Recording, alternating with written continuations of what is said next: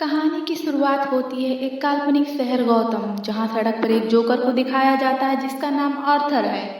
वो एक कंपनी की एडवर्टाइजमेंट कर रहा होता है और तभी कुछ बच्चे आकर उसका एडवर्टाइजमेंट बोर्ड लेकर भाग जाते हैं।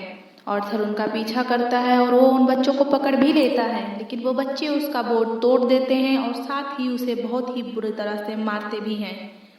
दरअसल गौतम शहर के हालात बहुत ही ज़्यादा ख़राब हैं। यहाँ के लोगों के पास नौकरियाँ नहीं हैं, पैसे नहीं है, खाने को खाना नहीं है और गौतम शहर का क्राइम रेट भी बहुत ज़्यादा है।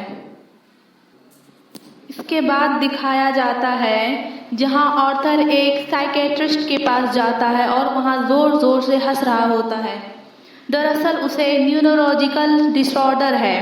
इस बीमारी को कहते हैं साइकोटिकली डिसऑर्डर, जहाँ पर एक इंसान अपने दिमाग में एक अलग ही दुनिया बनाकर रखता है और कभी कभी पेशेंट असली दुनिया में और अपनी दिमाग की दुनिया में फ़र्क नहीं कर पाता है। आर्थर इस बीमारी के फर्स्ट स्टेज पर होता है और इस बीमारी में इंसान वैसा एक्सप्रेस नहीं कर पाता है जैसा वो एक्चुअली में फील कर रहा होता है।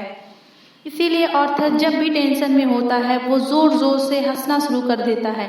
वो डॉक्टर से कहता है कि उसे एक स्टैंड अप कॉमेडियन बनना था। गौतम शहर जो कि एक जुर्म की दुनिया बन चुकी है, यहाँ पर कुछ भी बनना इतना आसान बिल्कुल भी नहीं है। वो डॉक्टर को अपनी डायरी दिखाता है जिसमें लिखा हुआ होता है कि मैं आशा करता हूँ कि मेरी मौत की कीमत मेरी ज़िंदगी से ज़्यादा हो। डॉक्टर से मिलने के बाद आर्थर अपने घर आ जाता है और वो अपनी माँ के साथ रहता है। उसकी माँ किसी ज़माने में इस शहर के मेयर जो कि एक बिलियनियर हैं जिनका नाम थॉमस वेन है, उनके लिए काम किया करती थी, पर अब उनके पास कोई भी काम नहीं है।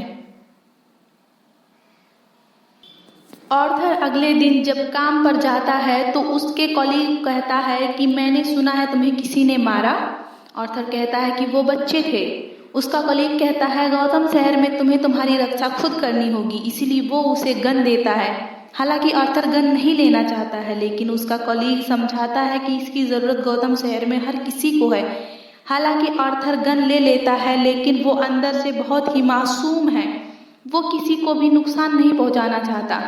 इसके बाद आर्थर जोकर बनकर बच्चों के एक हॉस्पिटल में जाता है और वो वहाँ बच्चों को हंसा रहा होता है। तभी उसकी जेब से गन गिर जाती है जिसे बच्चे और हॉस्पिटल के सभी स्टाफ देख लेते हैं। इसके बाद जब आर्थर अपने बॉस को कॉल करता है तो उसका बॉस आर्थर को बहुत डांटता है और कहता है कि तुम हॉस्पिटल में बच्चों के सामने गन लेकर क्यों गए। आर्थर अपनी जॉब बचाने के लिए अपने बॉस से झूठ बोलता है और कहता है कि बॉस वो मेरे एक्ट का एक हिस्सा था। आर्थर का बॉस कहता है तुम किस तरह के जोकर हो जो बच्चों के सामने गन लेकर एक्ट करते हो। साथ ही वो ये भी कहता है कि तुम्हारे कलीग ने मुझे सब सच बता दिया है कि पिछले हफ्ते तुमने उससे एक गन खरीदी थी। दरअसल आर्थर के साथ काम करने वाले ने जिसने गन ले दिया था आर्थर को, उसने उसके बॉस को पहले ही झूठ कह दिया था कि उसकी आर्थर ने गन उनसे खरीदा था। इसीलिए आर्थर को काम से निकाल दिया जाता है।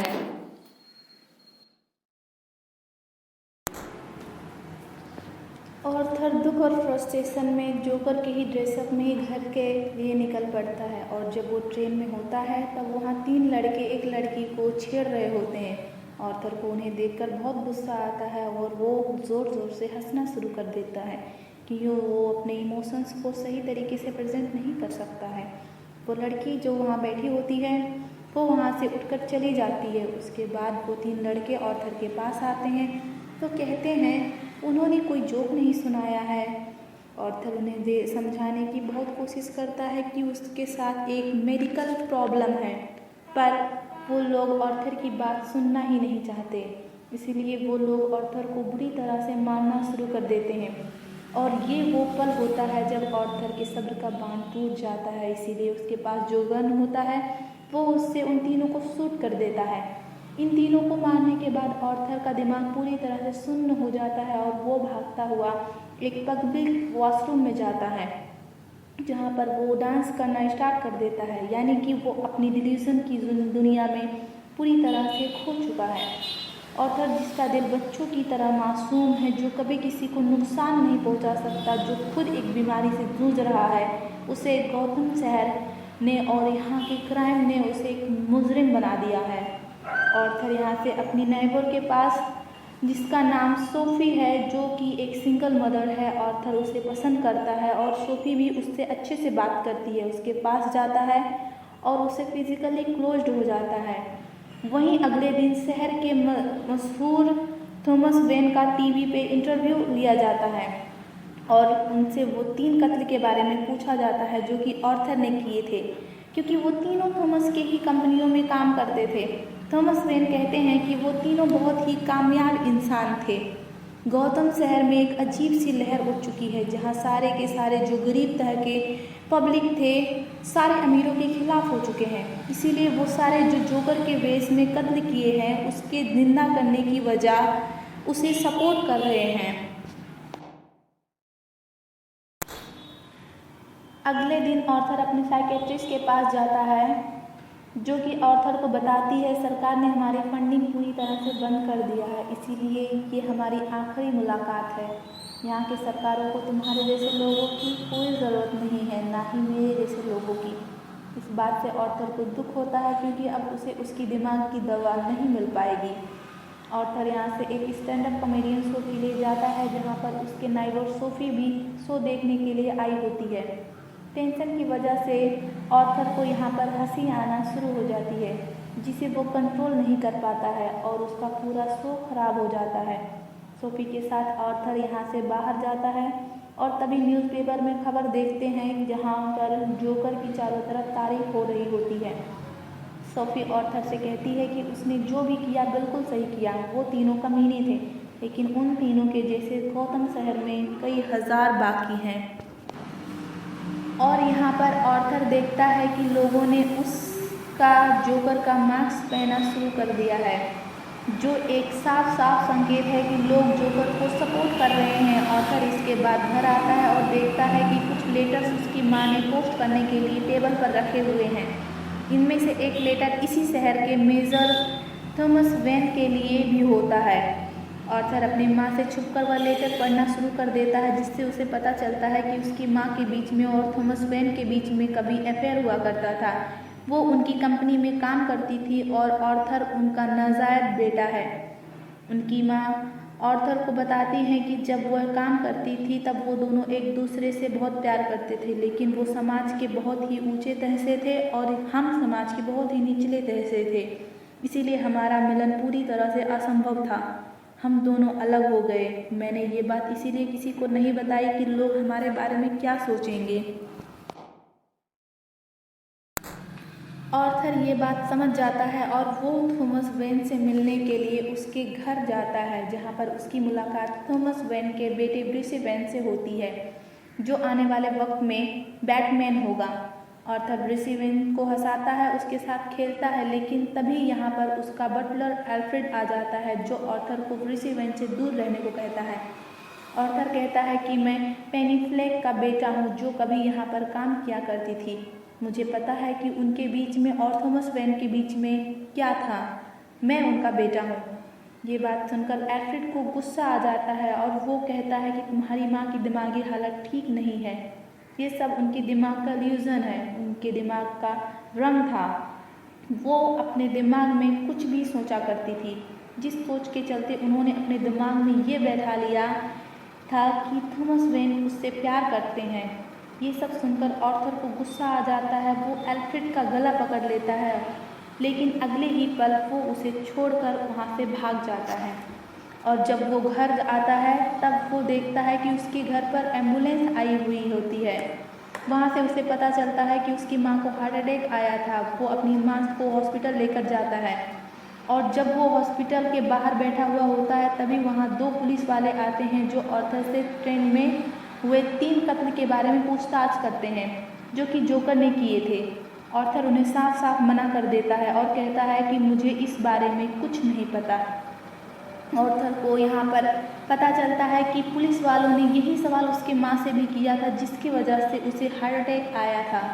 ऑर्थर नाराज़ होकर हॉस्पिटल के लिए निकल पड़ता है। वहाँ जिससे वो प्यार करता है वो भी उसके माँ को देखने के लिए आई हुई होती है। और तभी टीवी पर एक फेमस टॉक शो आता है जिसे होस्ट करता है फ्रैंकलिन, जो कि एक कॉमेडियन है जिससे आर्थर बचपन से ही बहुत ज़्यादा पसंद करता है और उसका बहुत बड़ा फैन है। यहाँ पर फ्रैंकलिन आर्थर की उस शो की क्लिप दिखाता है जिस शो को आर्थर अच्छे से परफॉर्म नहीं कर पाता है, जिस शो में उसको हंसी आई हुई होती है और आर्थर का मजाक उड़ाता है। आर्थर को ये देखकर बहुत दुख होता है और वो उसे बिल्कुल भी अच्छा नहीं लगता है। आर्थर जब बाहर जाता है तो देखता है कि शहर की हालत बहुत ख़राब है। गौतम शहर का वो तहत जो कि गरीबी रेखा के नीचे आते हैं, वो थॉमस वेन और उस जैसे अमीरों के खिलाफ होते हैं। इन सब लोगों ने यहाँ पर जोकर का गेटअप धारण किया होता है क्योंकि ये जोकर को सपोर्ट कर रहे हुए होते हैं।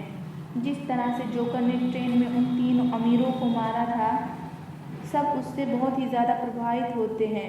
आर्थर एक प्राइवेट थिएटर के अंदर जाता है जहाँ पर वो थॉमस वेन से मिलता है और वो उन्हें बताता है कि वो उनका बेटा है। उसके माँ का नाम पेनी है जो किसी ज़माने में तुम्हारे लिए काम किया करती थी।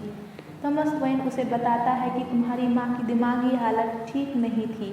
हमारे उसके बीच में की जो लव स्टोरी है उसके दिमाग की एक कहानी है और अगर तुम्हें पूरा सच जानना है तो तुम उस हॉस्पिटल जाओ जहाँ पर उसका इलाज चल रहा था। आर्थर उसके बात पर विश्वास नहीं करता है और कहता है कि मुझे तुमसे कुछ नहीं चाहिए, मैं बस तुम्हारे गले लगना चाहता हूँ, मुझे बस तुम्हारा प्यार चाहिए। इस बात को थॉमस वेन को गुस्सा आ जाता है और वो उसे एक पंच मारकर निकल जाता है। और अब आर्थर पूरी सच जानने के लिए उस हॉस्पिटल जाता है जहाँ उसकी माँ का इलाज चल रहा था। वहाँ से वो अपनी माँ की फाइल को चुरा लेता है जिससे उसे पता चलता है कि उसकी माँ की दिमागी हालत ठीक नहीं थी। उनका एक बॉयफ्रेंड भी था जो उसकी माँ पर बहुत ही जुल्म करता था। बाद में उसे अरेस्ट कर लिया गया और जेल में ही उसकी मृत्यु हो गई थी। यहाँ पर उसे ये भी पता चलता है कि उसको गोद लिया गया था, उसकी माँ की दिमागी हालत ठीक नहीं थी, इसीलिए वो आर्थर को बचपन में बहुत टॉर्चर करती थी। पुलिस को आर्थर एक बार बहुत ही बुरी हालत में मिला था, उसे बांधा गया था, उसके पूरे शरीर पर घाव के निशान थे और सिर पर एक गहरी चोट भी थी। आर्थर ये सब जानने के बाद पूरी तरह से टूट जाता है। वो दुख और परेशानी में अपने नाइबर सोफी के घर जाता है जिससे वो प्यार करता है। सोफी उसे घर के अंदर देखकर पूरी तरह से हैरान हो जाती है और पूछती है कि तुम मेरे घर के अंदर क्या कर रहे हो। यहाँ पर आर्थर को ये भी पता चलता है कि सोफी उससे कभी मिली ही नहीं, वो कभी उससे प्यार करती ही नहीं थी। ये सब आर्थर के दिमाग का एक भ्रम था जिसने उसे ये यकीन दिला दिया था कि सोफी भी उससे प्यार करती है। ये सब होने के बाद सोफी आर्थर को अपने घर से निकाल देती है और अब वो पूरी तरह से टूट जाता है, उसकी दिमागी हालत पूरी तरह से ख़राब हो जाती है। वो हॉस्पिटल जाता है और अपनी माँ पेनी का मुंह तकिए से दबाकर उसे मार देता है। इसके बाद वो वापस घर आता है। अगली सुबह दिखाया जाता है कि आर्थर तैयार होता है। दरअसल उसे लाइव टॉक शो में जाना था, जिस शो में पिछली बार फ्रैंकलिन ने उसके क्लिप्स दिखाकर लोगों को बहुत हंसाया था। वो शो बहुत ही फेमस हो गया था, इसीलिए आज खुद आर्थर को वहां पर इनवाइट किया गया है। जब वो तैयार हो रहा होता है तभी उससे मिलने 2 लोग आते हैं। इनमें से एक वो भी होता है जिसने ज़बरदस्ती आर्थर को गन दिया था और बाद में बॉस से झूठ कह दिया था कि आर्थर ने वो गन उससे खरीदी थी। आर्थर उस आदमी को मार देता है जबकि वो अपने दूसरे साथी को छोड़ देता है क्योंकि उसने हमेशा आर्थर से अच्छे से बात की है। आर्थर अब पूरी तरह से जोकर के गेटअप में आ जाता है और नाचता गाता सीढ़ियों से नीचे उतर रहा होता है। तभी वहाँ पर वो दोनों पुलिस वाले आ जाते हैं जो कि पहले भी इन्वेस्टिगेशन करने के लिए आए थे। वो आर्थर को रुकने के लिए कहते हैं लेकिन वो वहाँ से भाग जाता है। वो दोनों पुलिस वाले उसका पीछा करते हैं लेकिन आर्थर ट्रेन के अंदर भाग जाता है जहाँ पर पुलिस वाले भी आ जाते हैं। लेकिन पुलिस वाले देखते हैं कि ट्रेन के अंदर जितने भी पैसेंजर्स होते हैं उन्होंने जोकर का गेटअप धारण किया होता है। शहर में